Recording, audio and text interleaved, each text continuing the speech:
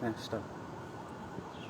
সম্প্রতি ফেসবুকে দেখতে পাচ্ছি যে আমার নামে আসলে বেশ কিছু আইডি তৈরি হয়েছে। এই আইডির সংখ্যা আসলে 50 ছাড়িয়ে গিয়েছে, কিন্তু আমার শুধুমাত্র একটি ফেসবুক আইডি রয়েছে এবং অন্য কোনো ফেসবুকের যে পেজ বা এরকম কোনো কিছুই নেই।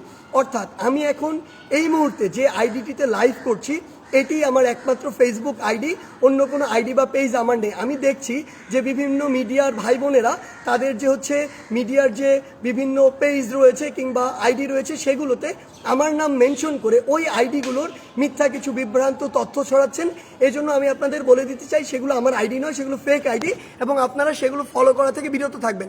এবং যারা এই মুহূর্তে আমার আইডিতে রয়েছেন আমি তাদেরকে অনুরোধ করব ওই ফেক আইডিগুলো আপনারা আনফলো করে দিবেন এবং সেগুলোতে সম্ভব হলে আমি অনুরোধ করছি যে রিপোর্ট করবেন। এখন দুইটি গুরুত্বপূর্ণ বিষয় নিয়ে আপনাদের সামনে কথা বলতে চাই।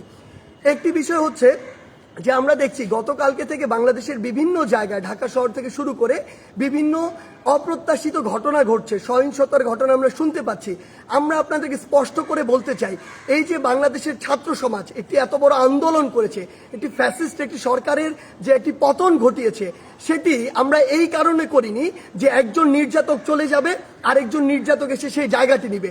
এটি আমরা আমাদের জায়গা থেকে কোনোদিনও মানব না।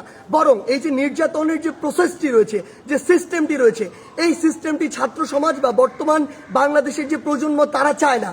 সেই নির্যাতনের সিস্টেমটি চেঞ্জ করার জন্য আমরা আমাদের এই আন্দোলনটি করেছি, এই অভ্যুত্থানটি ঘটিয়েছি পুরো বাংলাদেশের মানুষকে নিয়ে।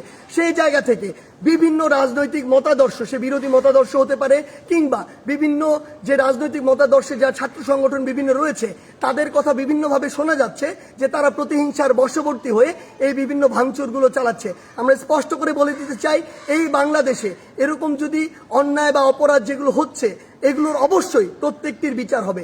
সেই জায়গা থেকে আমরা স্পষ্ট করি, আমরা কখনো আমাদের জায়গা থেকে এমন সহিংসতাগুলো সমর্থন করি না। একটি দল 15-16 বছর ধরে বাংলাদেশে এই একটি রেজিম চালিয়েছে, একটি যে স্বৈরাচারী ব্যবস্থা চালিয়েছে, আবার কেউ এসে যদি এটি চালায় তাহলে আসলে পরিবর্তনটা হলো কি, লাভটি হলো কি? আমাদের প্রত্যাশার সাথে এটা কোনোদিন প্রাসঙ্গিক হয়? কখনো হয় না। তাই আমাদেরকে এটা আমাদের কাজের মাধ্যমে প্রকাশ করতে হবে যে আমরা যে বাংলাদেশের স্বপ্ন দেখি সেটি আসলে আমরা সত্যি করতে চাই।